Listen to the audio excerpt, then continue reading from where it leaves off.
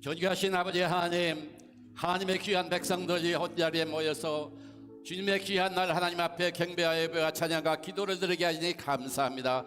이 시간 주님만 영광 받아주시기 간절히 바라옵고 이 모든 말씀 예수님 받도록 감사하며 기도하여 싸움나이다. 아멘. 나의 힘이 되신 너희. 이건 앵콜송입니다. 앵콜송 찬양 성경국가에서. 나의 힘이 되신 여호와여, 내가 주님을 사랑합니다. 주는 나의 반석이시며 나의 요새시라. 주는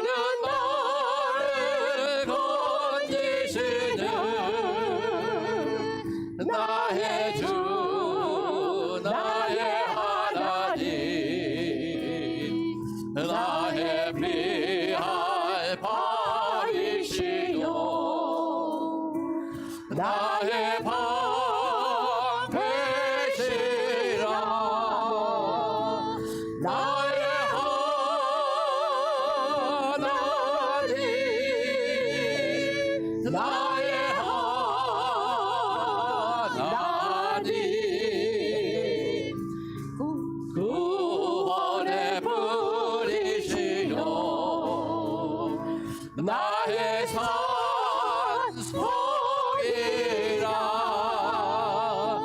나의 하나님, 나의 하나님, 그는 나의 여호와, 나의 구세주, 나의 생명 되신 여호와여. 아버지, 내가 주님을 찬양합니다. 주는 나의 사랑이시며 나의 의지시라. 주는 나를 이끄시어 주의 길 인도하시며 나의 세계 목자 되시니 내가 따르리라. 나의 하나님, 나의 하나님, 생명의 면류관으로 내게 씌우소서.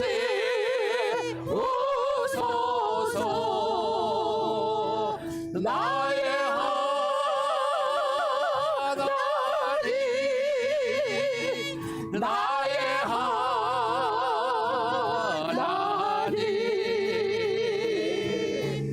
그는 나의 여호와, 나의 구세주. 아멘.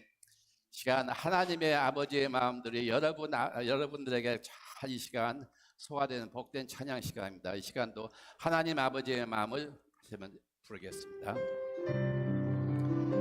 이 찬양 가사 하나가 여러분들 마음속에 내가 아버지 하나님이 여러분의 마음속에 들기를 감사하면서 아멘. 마음의 역사에 주시옵소서. 아멘. 아버지 당신의 마음이 있는 곳에 나의 마음이 있기를 원해요.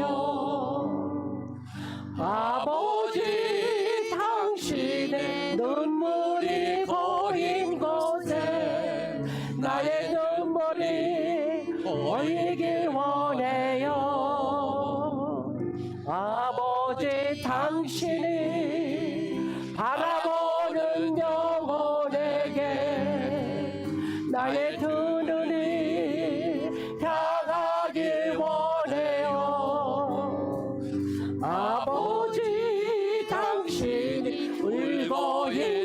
어두운 땅에 나의 두 발이 향하길 원해요. 나의 마음이 아버지의 마음 알아. 내 모든 뜻 아버지의 뜻이 될 수 있기를. 나의 몸이 아버지의 마음 알아. 내 모든 삶 당신의 삶 되기를. 아버지 당신의 마음이 있는 곳에 나의 마음이 있기를 원해요. 아버지 당신의 마음이 있는 곳에 나의 눈물이 보이길 원해요. 아버지 당신이 바라보는 영혼에게 나의 두 눈이 향하길 원해요. 아버지 당신이 울고 있는 어두운 땅에 나의 두 발이 향하길 원해요. 나의 마음이 아버지의 마음 알아. 내 모든 아버지의 뜻이 될 수 있기를. 나의 몸이 아버지의 마음 알아. 내 모든 삶 당신의 삶 되기를. 나의 마음이 아버지의 마음 알아. 내 모든 뜻 아버지의 뜻이 될 수 있기를. 나의 몸이 아버지의 마음 알아. 내 모든 삶 당신의 삶 되기를. 아멘. 할렐루야. 우리 시간 여러분 앞에 하나님께서 반드시 축복하시면서 박수 치면서 반드시 내가 너를 축복하리라. 여러분들 함께 하시겠습니다. 박수 치면서.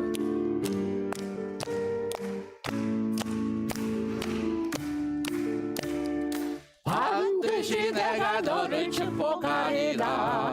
반드시 내가 너를 들었으리라. 천지는 변해도 나의 약속은 영원히 변치 않으리. 아멘. 두려워 말라. 강하고 담대하라. 낙심하며 실망치 말라. 낙심하며 실망치 말라. 실망치 말라. 내 소원 이루는 날 속히 오리니. 내게 영광 돌리리. 내 소원 이루는 날 속히 오리니. 내게 영광 돌리리. 아멘. 반드시 내가 너를 축복하리라. 반드시 내가 너를 들었으리라. 세상의 소망이 사라졌어도 온전히 나를 믿으라. 두려워 말라. 강하고 담대하라. 인내하며 부르짖으라. 인내하며 부르짖으라.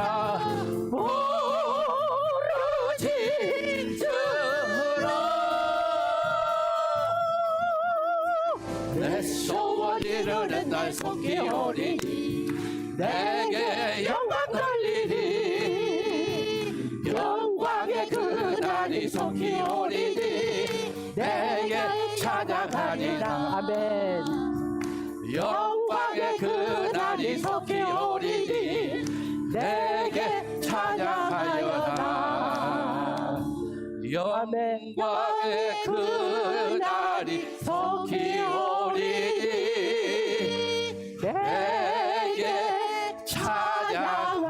하여라. 자, 이 시간 예배 마지막 예배를 아멘. 위해서 마지막으로 일어나 주시기 바랍니다.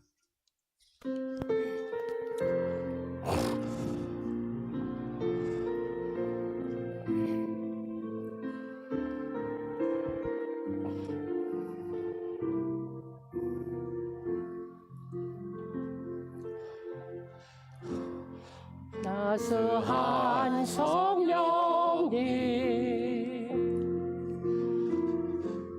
마음으로 오네 내 몸을 감싸며 주어지는 편안함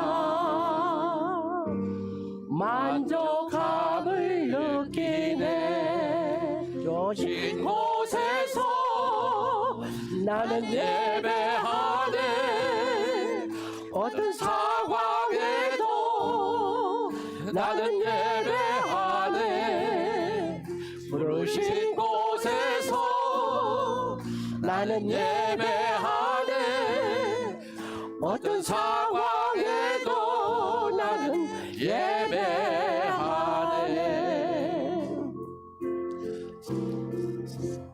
사랑과 진리에 안주 깊이 보내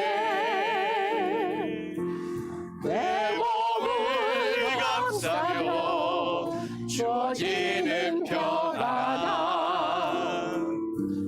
그 사랑을 느끼네 신 그곳에서 나는 예배하네 어떤 상황에도 나는 예배하네 부르신 곳에서 나는 예배하네 어떤 상황에도 나는 예배하네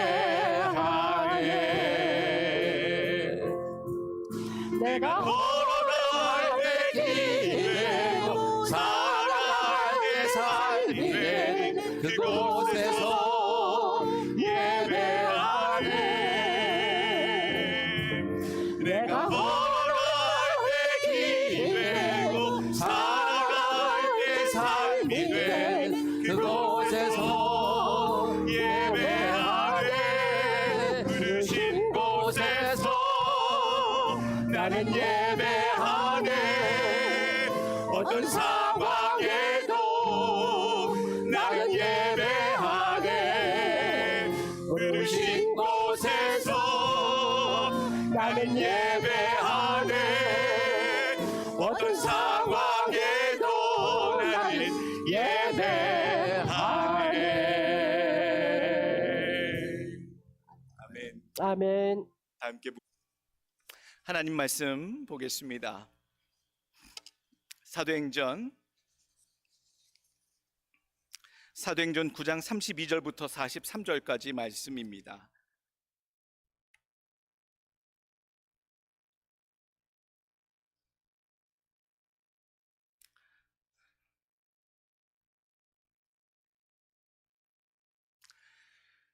(32절) 봉독해 올립니다. 그때 베드로가 사방으로 두루 다니다가 루다에 사는 성도들에게도 내려갔더니 거기서 애니아라 하는 사람을 만나매 그는 중풍병으로 침상 위에 누운 지 8해라.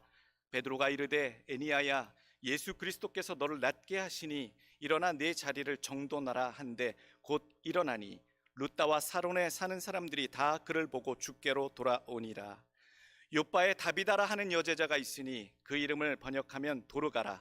선행과 구제하는 일이 심히 많더니 그때의 병들어 죽음에 시체를 씻어 다락에 누이니라. 루다가 요바에서 가까운지라 제자들이 베드로가 거기 있음을 듣고 두 사람을 보내어 지체 말고 와 달라고 간청하여 베드로가 일어나 그들과 함께 가서 이르매 그들이 데리고 다락방에 올라가니 모든 과부가 베드로 곁에 서서 울며 도르가가 그들과 함께 있을 때에 지은 속옷과 겉옷을 다 내어 보이거늘 베드로가 사람을 다 내보내고 무릎을 꿇고 기도하고 돌이켜 시체를 향하여 이르되 다비다야 일어나라 하니 그가 눈을 떠 베드로를 보고 일어나 앉는지라. 베드로가 손을 내밀어 일으키고 성도들과 과부들을 불러 들여 그가 살아난 것을 보이니 온 요빠 사람이 알고 많은 사람이 주를 믿더라. 베드로가 요빠에 여러 날 있어 시몬이라 하는 무두장의 집에서 머무니라. 아멘. 나로 인해 주를 믿게 하라. 오늘 하나님 주시는 말씀 제목 삼았습니다.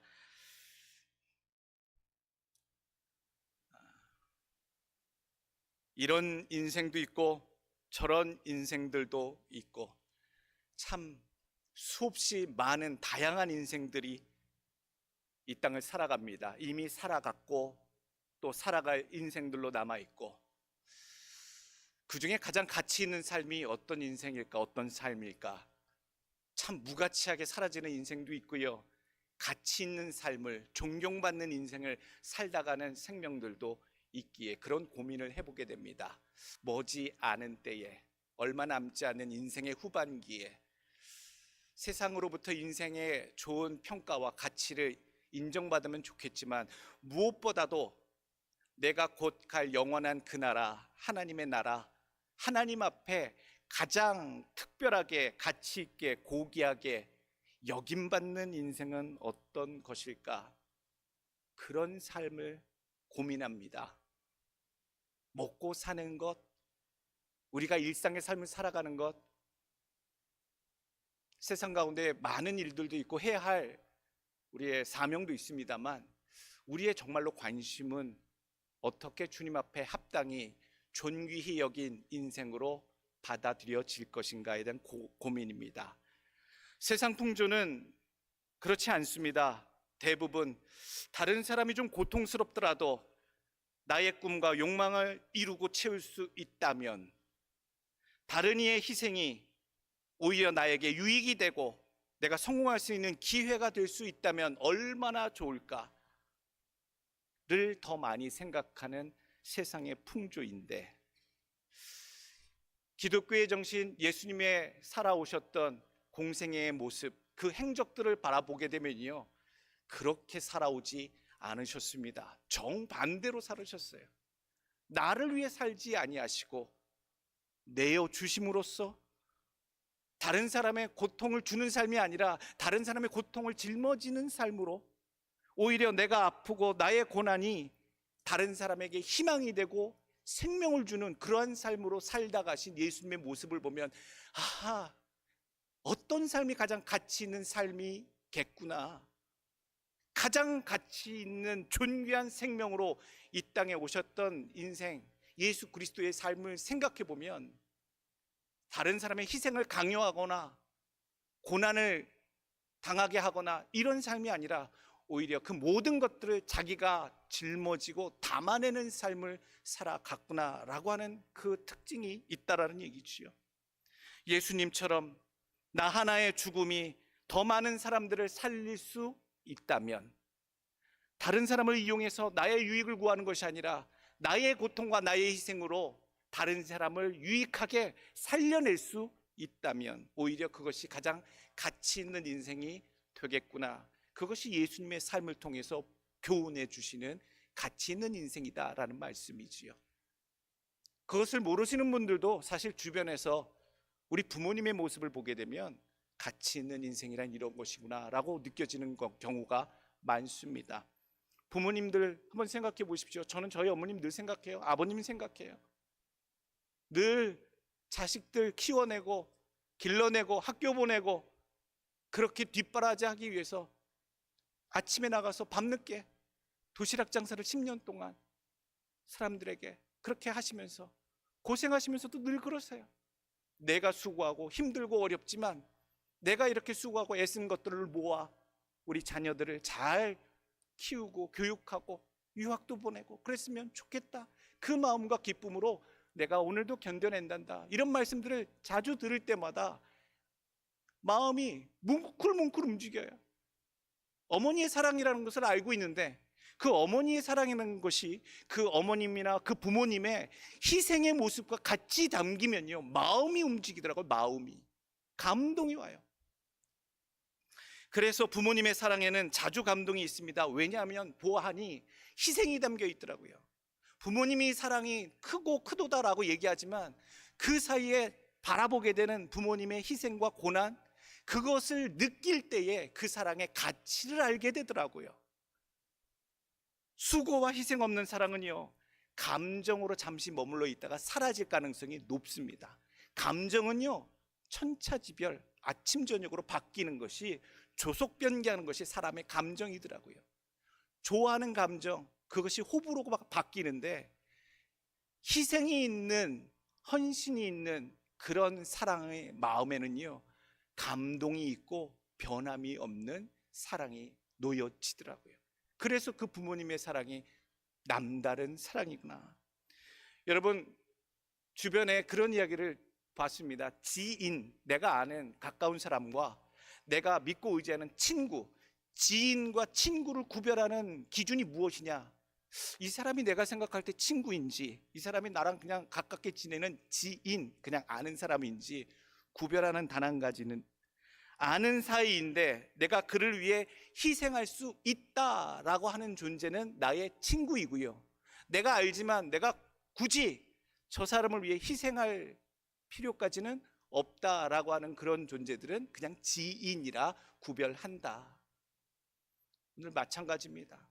어느 누군가를 위해 선한 마음, 좋은 마음이 있어도 내가 정말로 내 것을 희생하고 양보하고 그런 마음이 있다면 그게 진정한 사랑이고 진정한 우정이 된다라는 말씀이지요. 감동이 사람을 움직입니다. 그 대상을 바꿉니다. 요동케 만듭니다. 그래서 또한 그 희생을 감수하는 사랑은 사람을 바꾸게 하더라고요. 나의 고난과 헌신의 삶이 복음 전파에 이바지할 수 있게 된다면, 복음 전도 힘듭니다. 예수 전도하는 건요 힘들어요. 입으로 하는 건 힘들어요. 어떻게 전도가 되는 줄 아십니까? 상대방이 나의 수고와 노력과 정성에 감동받으면 그때서야 전도의 문이 열리는 겁니다. 사람 마음들이 그렇게 쉽게 안 열리더라고요. 그래서 오늘 많이 생각해 봅니다. 우리가 전도한다고, 우리가 사람의 마음을 얻는다고 얘기할 때 그 과정 가운데 정말로 감동시킬 만한 헌신과 수고와 정성이 들어가 있는가? 정성을, 수고를, 헌신을 심어야 우리가 기도하는 자녀들, 우리가 기도하는 친구들, 우리가 관심 있는 우리 주변의 사람들이 움직이는 놀라운 역사가 펼쳐지고, 그 가운데 복음 전달될 때 놀라운 복음을 받아들이는 놀라운 역사가 이어질 줄로 믿습니다. 가장 가치 있는 일이 무엇일까요? 사람 살리는 일이잖아요. 목사님, 그 가치관의 차이지요. 돈 벌고 성공하고 지위에 오르고 마음껏 사람들이 부러워하는 그 위치에 오르는 것, 사고 싶은 거 다 사고 명품으로 다 휘두르고 남들 즐기지 못하는 거 특권같이 즐기며 자랑하며 천하에 누리며 사는 것, 그게 성공하는 사람 아닙니까? 그냥 그렇게 살다가 지옥 간 인생들 대부분이에요. 그냥 이 세상의 연락을 즐기다가 정말로 가치 있는 것이 무엇이겠느냐고요. 정말로 오늘 사람을 살리는 일, 그래서 생명을 살리는 일에 종사하는 사람들이 얼마나 많습니까? 의사 선생님도 계시고 또 소방관들도 있고 구급대원들도 있고, 사람의 생명과 인생을 가치 있게 존귀하게 지키고 보호하는 자들의 그런 사명감들은 존귀한 것이죠. 영혼을 돌보는 목회자의 삶도 그렇겠지요. 어떠한 모양이든 어떠한 직종이든 상관이 없습니다. 가장 존귀한 것, 하나님께서는 성경을 통하여 사람의 생명을 구원하는 그 일들이 가장 존귀한 일, 하나님이 기뻐하시는 일이라 분명히 말씀해 주고 계십니다. 죽을 환자 살려내면 살아있는 동안 평생 감사하잖아요. 지옥 갈 인생 전도하면요 영원토록 감사합니다. 같이 저 천성했어요.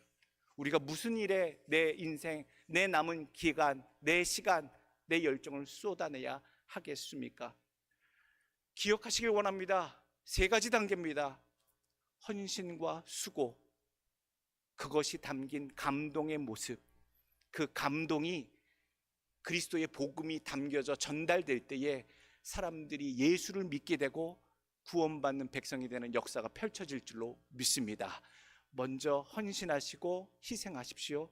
그 다음에 감동을 증거하십시오. 그 그 다음에 복음을 심으십시오. 이렇게 될 때에 하나님의 역사가 분명하게 강력하게 나타나게 될 줄로 믿습니다. 요한복음 15장 12절 말씀, 내 계명은 곧 내가 너희를 사랑한 것 같이 너희도 서로 사랑하라 하는 이것이니라. 사람이 친구를 위하여 자기 목숨을 버리면 이보다 더 큰 사랑이 없나니 너희는 내가 명하는 대로 행하면 곧 나의 친구라. 이제부터는 너희를 종이라 하지 아니하리니 종은 주인이 하는 것을 알지 못함이라. 너희를 친구라 하였노니 내가 내 아버지께 들은 것을 다 너희에게 알게 하였음이라. 하나님과의 관계도 가까운 자가 있고요, 또 좀 멀리 소원한 자가 있잖아요. 우리는 하나님의 종 같은 자들이고 또 하나님의 백성이라 얘기하지만 오늘 요한복음 15장에 통해서 말씀하시는 건 하나님의 친구 같은 자는 하나님의 모든 뜻을 알게 해주시는 자라고 말씀하고 계세요. 어떤 자가 이런 대우를 받느냐? 자기 목숨까지라도 내어주며 그리스도의 사랑을 전하는 자는 내가 내 친구처럼 절대자께서 그 절대자의 행하시는 모든 뜻을 알게 해주는 그 가까운 친구로 여기며 사랑하겠다라고 오늘 약속해 주고 계십니다. 여러분들 정말로 하나님을 위해서 하나님의 사랑이 어떤 사랑인지 예수님이 보여주신 그 십자가 사랑처럼 여러분들의 삶 속에서 여러분들의 스타일로 각자 희생할 수 있는, 예수님처럼 삶을 살아드릴 수 있는 놀라운 역사가 담겨지시기를 간절히 원합니다. 그래서 감동이 있길 원해요. 그냥 평범한 인생으로 끝나지 않길 원하고요, 어느 누구의 어머니고 어느 누구의 남편이고 어느 누구의 아내고 아버지고 여러 가지 우리 불리우는 세상의 표현이 있습니다만 하나님 앞에서는 아버지의 뜻을 감동적으로 이루어드린 사랑을 전한 그런 가치 있는 인생으로 받아지시기를 원하고, 그로 인하여 많은 자들이 복음을 접하게 되는 역사가 담겨지시길 간절히 원합니다. 다짐하시길 원해요. 다짐하시길 원해요. 얼마 남지 않은 우리 짧은 인생 동안 하나님, 내 짧은 인생 살다가 나도 예수님처럼, 예수님 그 짧은 젊은 날에 33살쯤 살다 가셨는데 그 짧은 공생의 동안에도 많은 자들에게 임팩트, 감동을 주시고 삶을 변하게 하시고 죄의 저주의 길에서 구원의 길로 바꾸시는 그 인생을 그 청년 예수께서 살다 가셨으니 하나님, 나도 주님 따라 많은 이들을 구원하는 자로 살다 가게 하여 주옵소서. 여러분 그렇게 선포하시면 그렇게 되는 삶을 살게 될 줄로 믿습니다. 누가 많은 자들에게 그렇게 감동을 줄 수 있겠습니까? 임팩트를 남길 수 있겠습니까? 강력한 임팩트, 사람들을 완전히 바꿀 수 있는 임팩트. 우스개 예화가 생각나더라고요. 천국에 올라가면 하나님께서 목사님들보다는 총알 택시 운전사들을 더 좋아하신다라는 얘기를 듣고 저는 깜짝 놀라면서 웃었습니다. 목사님들을 더 좋아하셔야지요.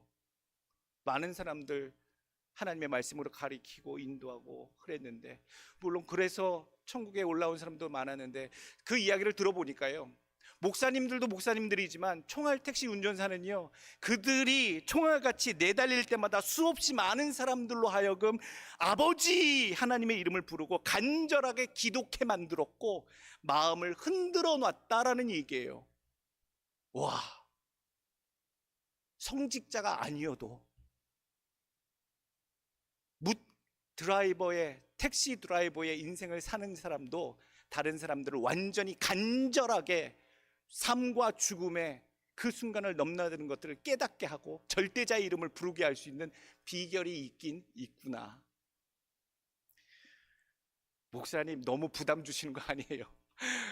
저는 그냥 평범한 삶을 살고 교회 조용히 다니고 좋은 말씀 듣고 한 주간 그냥 별일 없이 무탈하게 살다 이 세상 가면 되는 건데 뭘 그렇게 부담을 주시나요? 미안하고 죄송합니다. 그냥 그렇게 살다가 가기엔 우리 인생이요, 너무나도 하나님 앞에 해드려야 할 것이 많고요, 우리가 가서 누려야 할 것, 하나님께 칭찬받아야 할 것들이 눈에 보이고 기대되기에 여러분들 오늘 말씀을 통해 소개드립니다. 우리의 삶이 다른 이에게 감동적인 삶이 될 수 있도록. 어쩌면 여기서 우리가 그런 흔한 착각을 할지 모르겠습니다. 목사님, 내가 무슨 대단한 사람도 아니고 나는 일개 주부이고 일개 그냥 살아가는 사람이고 별 볼 일 없는 남자고 여자이고 능력 없는 무능력한 사람이라고 맨날 집사람이 뭐라 하고 그냥 그렇게 살아가는데 뭐 위대한 감동을 주는 인생이 어떻게 살아갑니까? 권세자가 할 수 있는 거고 능력자가 할 수 있는 거고 뭔가 이루고 성공한 사람만이 큰 소리 쳐서 사람들에게 뭔가 이목을 이끌고 감동을 주고 영향력을 발휘할 수 있는 것이 아니겠습니까? 나는 못합니다. 그거 착각입니다. 그게 착각입니다. 앞에 서 있는 자, 능력 있는 자, 그런 사람들도 하나님 앞에 하나님을 위하여 크게 들어 쓰시는 분들, 감동을 주는 분들도 계세요. 그러나 오늘 이 택시기사 이야기처럼 그냥 평범한 민초의 삶을 사는 자 같아 보여도 평범한 자의 삶 속에 하나님의 은혜가 담기면 하나님의 놀라운 역사가 펼쳐진다라고 하는 사실을 우리가 명심하길 간절히 원합니다. 무명한 자도 또 세상 가운데 낮은 자도 하나님의 은혜를 체험한 자의 삶은 화려하지 아니하도 높지 아니하도 하나님의 큰 역사를 나타내는 복음 전파의 기적이 나타나는 줄 믿으시길 바랍니다.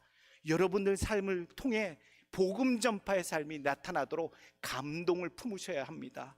오늘 35절 보십시오. 뭐라고 합니까? 룻다와 사론에 사는 사람들이 다 그를 보고 주께로 돌아오니라. 누구 때문에요? 애니아라고 하는 중풍병자, 그 병자가 난 거 하나 갖고 그 룻다와 사론에 있는 사람들이 다 예수를 만나게 돼서 구원받는 그런 역사가 벌어졌잖아요. 뭐가 유명하다고요? 병 걸린 것이 뭐 자랑할 게 있다고요? 내세울 게 뭐가 있다고요? 그런데 그가 병에서 난 거 하나만으로도 그 도시, 두 도시에 있는 사람들이 다 죽게 돌아왔다고, 생명의 구원의 길로 돌아왔다고. 그게 기적이잖아요. 42절 보세요. 온 요파 사람을 알고 많은 사람이 주를 믿더라. 착한 일 하다가 선행과 구제를 하다가 죽어서 더 이상 아무 역할 못하는, 썩어져 가려고 하는 다락방에 놓여있는 그 시체를 다시 살려낸 것 하나만으로도 그 요바에 있는 사람들을 다 예수 믿게, 많은 사람들을 예수 믿게 하는 기적을 드러내게 하셨잖아요. 그 당시 유명한 사람들도 아니에요. 이름 있는 사람도 아니에요. 권세자도 아니었어요. 그럼에도 불구하고 그 평범한 삶을 통해 하나님 그냥 역사하셨고 낫게 하시고 살리게 하심으로 그 수없이 많은 그 도시의 사람들의 생명을 살리는 그 도구로 쓰셨구나. 오늘 우리에게 주시는 교훈을 명심하길 원합니다. 첫 번째 주시는 교훈의 말씀은요, 하나님의 은혜를 받은 자의 삶에는 감동과 하나님의 복음의 역사가 담겨진다라는 얘기예요. 무엇을 받은 자의 삶? 하나님의 은혜를 받은 자의 삶에는 감동이 있고요, 그 감동으로 끝나는 게 아니라 하나님의 복음의 역사가 같이 담겨지게 된다라는 얘기예요. 두 주인공의 공통된 배경이요, 똑같아요. 어렵고 힘들고 불우한 환경이고, 그리고 동시에 하나님의 은혜가 임해서 낫게 하시고 다시 살게 하셨다라는 것. 8년간 중풍병, 그 지병으로 인해서 침상에만 누워 있었는데 그 8년간 얼마나 지루했겠습니까? 내 신세가 이게 무엇일꼬? 간호하는 자나 누운 자나 얼마나 힘든 삶을 살았겠습니까? 그럼에도 불구하고 그 8년 동안 누운 자가 낫게 되는 그 일로 통하여 오늘 룻다와 사론에 있는 사람들 다 믿게 하시는 역사가,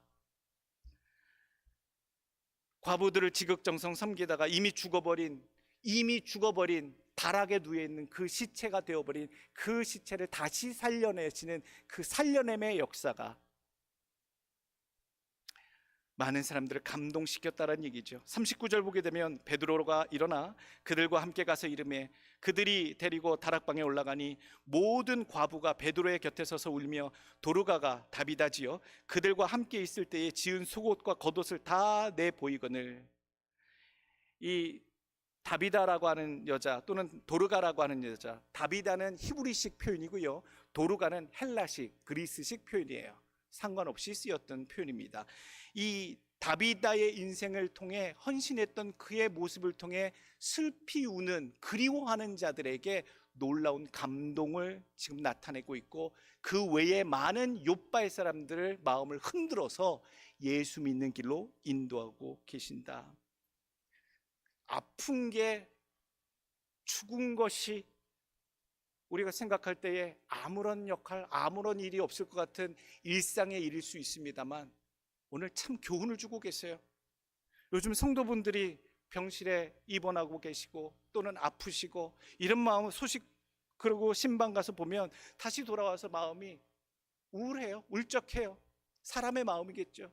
기쁘지는 않아요. 그런데 그 기도해드리고 얼굴 보고 전화 신방하고 그렇게 했던 아팠던 환우들이 회복되어서 다시 나오시게 되는 그 모습을 보면요, 정말로 행복해요. 정말로 행복해요. 저 현관문이 열리고 지그시 걸어오시는 그 모습을 보면 너무나도 행복해요. 감동이 있어요. 병상에서 나오지 못할 것 같이, 완전히 죽을 것 같이, 완전히 마지막 길인 것처럼 그렇게 실려가셨는데, 그럼에도 하나님 다시 살려내셔서, 다시 힘주셔서 그 두 발로 다시 예배를 드리려 여길 보내신다?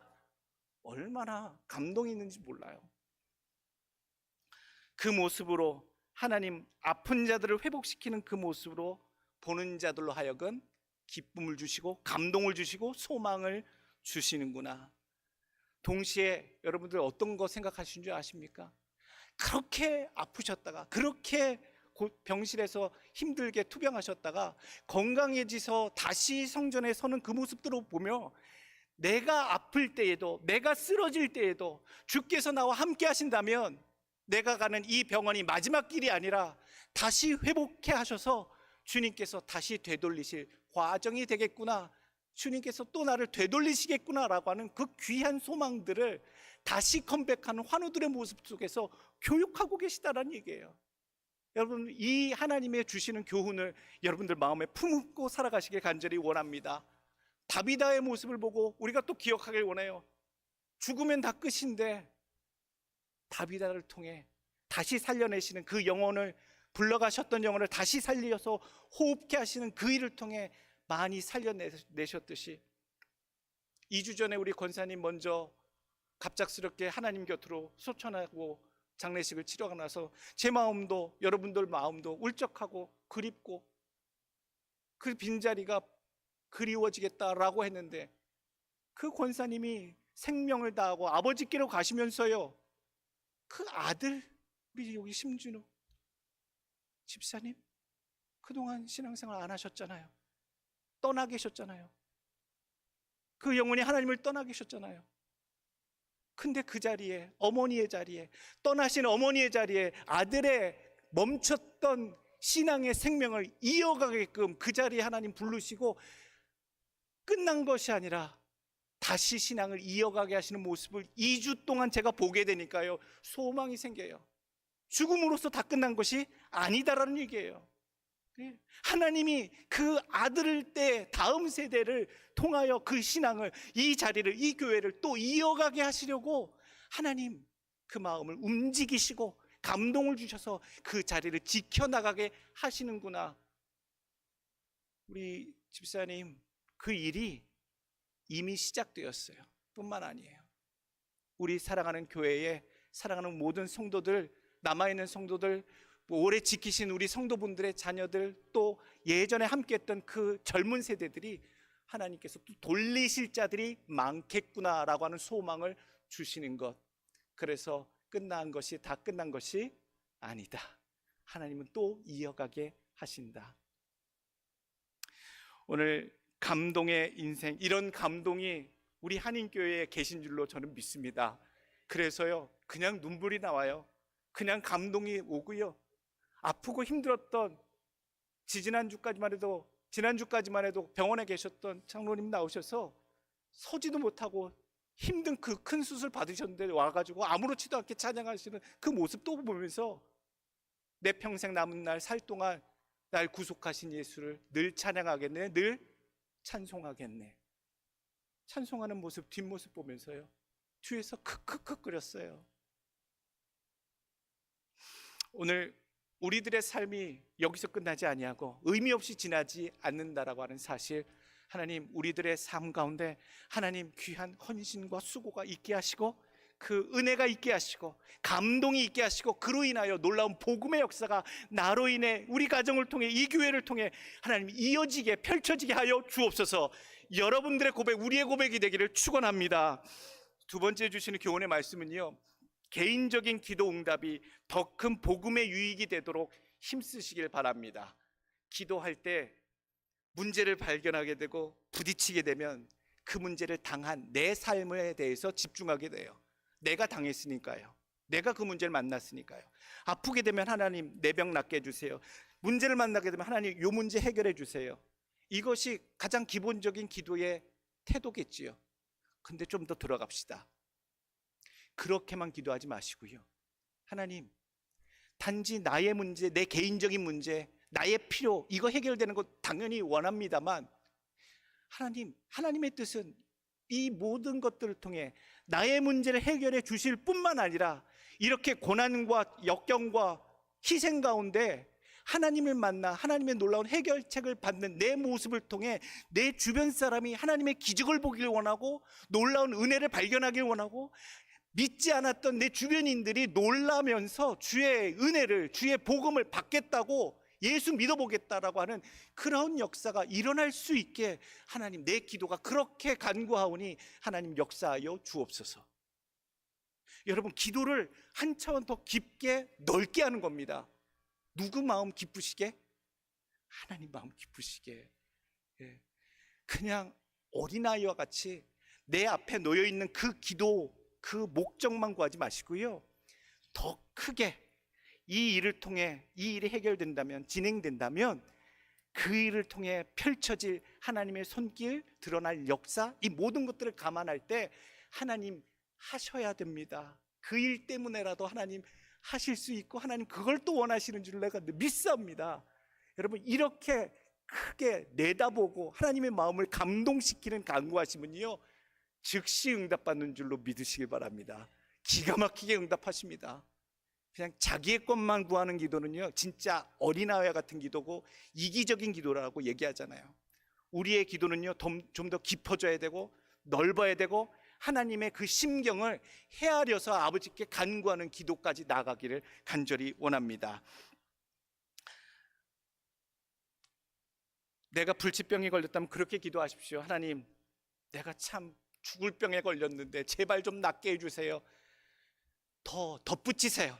하나님, 남들이 낫더라 다 죽는다고 그랬는데, 불치병이라고 그랬는데, 하나님 나를 살려주신다면 내가 하나님 믿음으로, 신앙으로, 은혜로 내가 하나님의 손길로 극복되어지고 치료되어져서 건강케 되어지는 그 응답을 하신다면, 그 모습을 통해 같이 중환자실에 들어왔던 모든 암 환자들이 나의 모습을 통해서 치료하시는 하나님을 똑같이 발견하게 하시고, 저들도 회개하고 믿음으로 하나님께 치료받을 수 있음을, 믿음으로 주님의 이름으로 기적이 나타냄을 내가 회복되는 그 과정을 통해 보게 하시고 내가 증거가 되게 하여 주옵소서. 여러분, 이게 지혜로운 기도예요. 하나님의 마음도 움직이는 기도고요, 이것이 하나님도 기쁘시는 큰 뜻을 담아내는 기도, 기쁘시게 즉각 역사하시는 기도가 이런 기도예요. 오늘 이런 지혜로운 기도가 여러분들 삶 속에 있기를 원합니다. 요한복음 11장 43절 말씀 보면 죽은 나사로의 부활 통해서도 참 많은 유대인들을 구원하십니다. 요한복음 11장 43절 이 말씀을 하시고 큰 소리로 나사로야 나오라 부르시니, 죽은 자가 수족을 배로 동인채로 나오는데 그 얼굴을 수건에 쌓였더라. 예수께서 가라사대 풀어놓아 다니게 하라 하시니라. 마리아에게 와서 예수의 하신 일을 본 많은 유대인이 저를 믿었으나. 유대인들은 원래 예수님 잘 안 믿었잖아요. 율법에 따라, 모세오경 따라 예수님이 이단인가 아닌가, 뛰어난 랍비인가 아닌가 그렇게 의심하며 서기관들과 제사장들의 그런 회방 속에서 참 믿기 어려운 상황들이었잖아요. 근데 나사로의 붕대를 싸맨 죽었던 나사로의 시체가 걸어다니는 그 모습을 보고 수없이 많은 유대인들을 믿게 하셨다. 오늘 사도행전 9장의 모습도 애니야를 통해 롯다와 사론에 있는 사람들 다 그를 보고 죽게 돌아오니라. 그리고 42절, 죽은 다비다를 통하여 온 요파 사람이 알고 많은 사람이 주를 믿더라. 내게 하신 역사가 하나님 많은 이에게 하나님의 역사로 전달되도록 기도하시길 원합니다.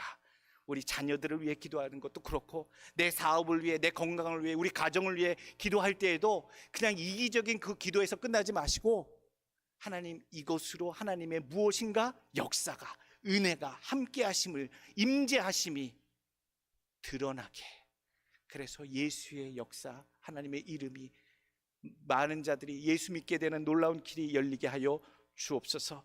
더 바라보는 기도, 더 큰 복음의 역사가 간구되어지는 기도, 하나님, 나의 은혜가 간증이 되어서 많은 이의 은혜가 되게 하시고, 나의 절망이 바뀌어져서 많은 이에게 소망을 주는 기도가 되게 하여 주옵시고, 다른 이를 구원하고 열정적인 믿음에 불을 붙이게 되는 계기가 되게 하여 주옵소서. 이런 멋진 기도, 하나님의 마음을 감동시켜드리는 기도, 그런 기도의 소유자들, 간구하는 자들 모두 되시길 축원합니다. 세 번째 주시는, 마지막으로 주시는 말씀은요, 은혜를 입은 자는 범사에 감사하셔야 합니다. 범사에 감사해요. 고난도, 지금 당하는 수고도, 희생도, 고달픈 인생도 감사하셔야 해요. 8년 동안 중풍병 알아가면서 늘 감사할 수 있었을까? 쉽지는 않았을 거예요.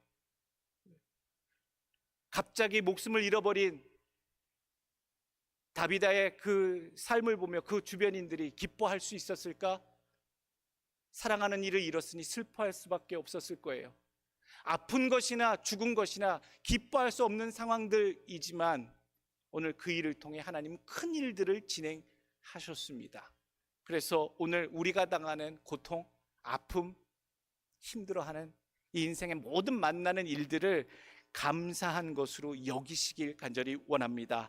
애니아의 8년의 중풍병이 하나님 많은 사람들을 살리는 도구가 되고 계기가 되었다는 것, 그리고 다비다의 그 죽음이, 선행과 구제를 일삼았던 자의 그 갑작스러운 죽음이 오히려 많은 사람들을 살려내는, 생명을 구원해내는 계기가 되었음을 오늘 기억하시고, 오늘 내가 당하는 고난, 지금 내 삶의 엄습한 어려움, 아픔, 이 모든 것도 하나님이 곧 나타나실 영광이 되어질 줄, 하나님의 은혜가 되어질 줄 아는 과정으로 여기시는 여러분들 되시길 간절히 원합니다. 빌립보서 2장 11절 말씀, 모든 입으로 예수 그리스도를 주라 시인하여 하나님 아버지께 영광을 돌리게 하셨느니라. 고린도후서 4장 15절, 이는 모든 것이 너희를 위함이니 많은 사람의 감사로 말미암아 은혜가 더하여 넘쳐서 하나님께 영광을 돌리게 하려 함이라. 그렇습니다. 우리에게 하나님 응답하시고 역사하시는 모든 하나님의 액티비티, 일하심이 많은 자들에게 큰 하나님의 영광을 드러내는 일이 되도록, 지금 당한 모든 상황 속의 것들을 참고 견디실 때에 그 과정 중에 하나임을 기억하시고 이겨내시는 여러분들 되시길 간절히 원합니다.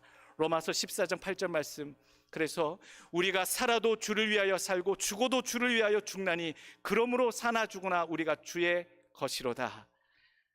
내게 응답하여 주실 하나님 믿으시고, 또 나의 소원을 들어주실 것도 믿으시고, 그것에 감사하며, 하나님 더 나아가 내 삶을 통해, 내 감동에 담겨있는, 헌신이 담겨있는, 수고가 담겨있는 내 삶을 통해, 그러나 자랑할 것 없는 내 삶을 통해서라도 하나님의 크신 일, 크신 복음의 전파, 역사함이 드러나게 될 줄로 믿나이다. 하나님, 그런 도구가 되게 하여 주옵소서. 놀라운 역사, 하나님의 역사하심이 여러분들 삶 속에 펼쳐지시길, 주장되어 주시길 간절히 축원합니다. 나로 인해 많은 자가 주를 믿게 하여 주옵소서. 그렇게 기도하시길 원합니다. 기도하겠습니다.